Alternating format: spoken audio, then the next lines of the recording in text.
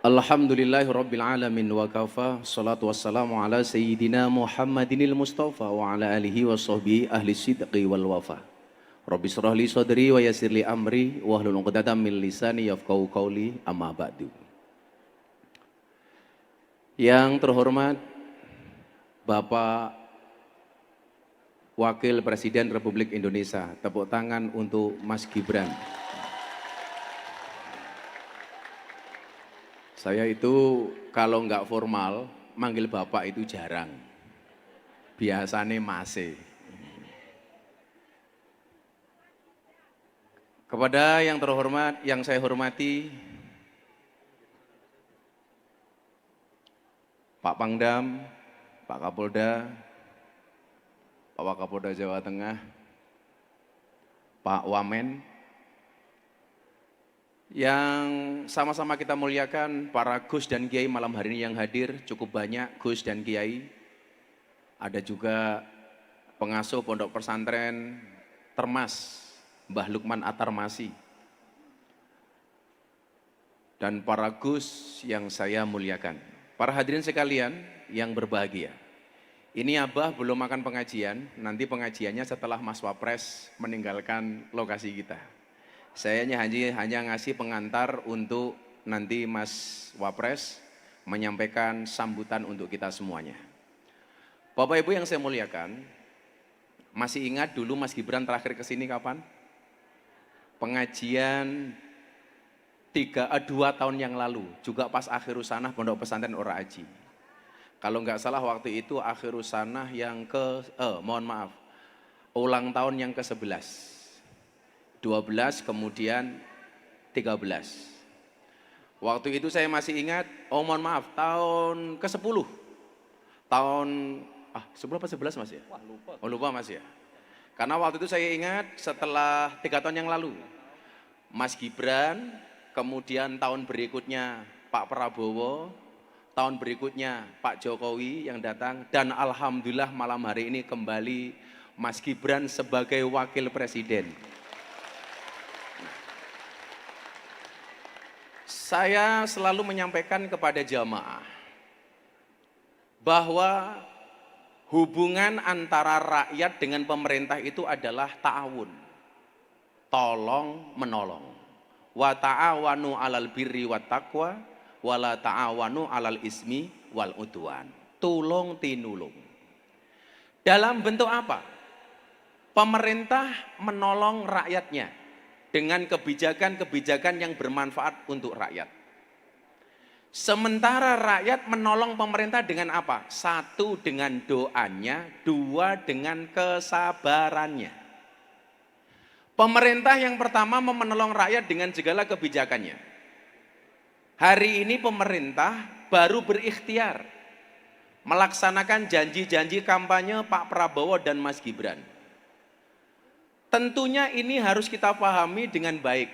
Sebagai rakyat kita tidak hanya wani milih tapi juga harus menjaga pemimpin kita dengan banyak mendoakan para pemimpin kita. Ngoten nggih? Nggih. Jadi kita tidak hanya boleh menuntut tapi juga harus mendoakan.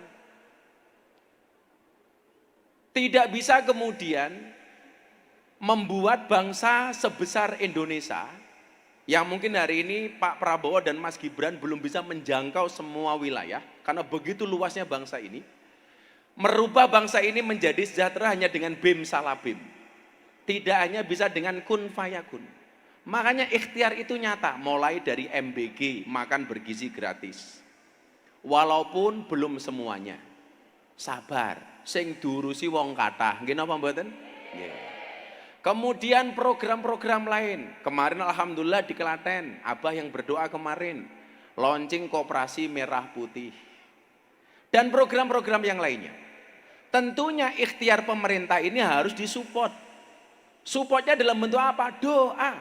Di mana-mana saya bilang, kalau disuruh berdoa pejabat sama rakyat, itu kira-kira lebih mustajab doanya pejabat apa rakyat? Rakyat. Makanya Mas Gibran, Pak Prabowo, Mas Gibran harus didoakan oleh rakyat seperti kita. Nggih napa mboten? Kalau kemudian mau mengkritik, saya sampaikan. Dalam agama kita diajarkan watawasau bil haqi watawasau bis sober. Tawasau itu artinya nasihat. Saya kemarin matur sama Mbak Lukman di Boyolali. Yang dimaksud nasihat watawasau bil haqi watawasau bis sober itu nopo? Tahmilun nuskhi minal muhib ilal mahbub. Memberikan nasihat dari orang yang mencintai kepada orang yang dicintai. Kita mencintai pemimpin, mencintai pemerintah. Kalau kemudian kita seneng sama pemerintah, itu adalah tawasau, nasihat, bukan nyinyir. Ngerti bedone nasihat kalian nyinyir napa mboten? Lah Gus Miftah duwe masalah, jenengan dugeni Gus Miftah, Gus jenengan salah, itu namanya cinta, nasihat. Tapi lah kalau saya punya salah, jenengan komentar posting teng medsos niku jenenge nyinyir. Kalau abah punya salah, jenengan datang ke pondok, bah jenengan salah, itu namanya nasihat. Tapi kalau diposting namanya nyinyir.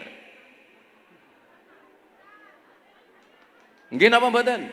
Niku namanya tahmilun nuskhi minal muhib ilal mahbub. Memberikan nasihat dari orang yang mencintai kepada orang yang dicintai. Pula balik kula matur. Saya itu orang termasuk generasi awal yang mendukung Pak Prabowo dan Mas Gibran.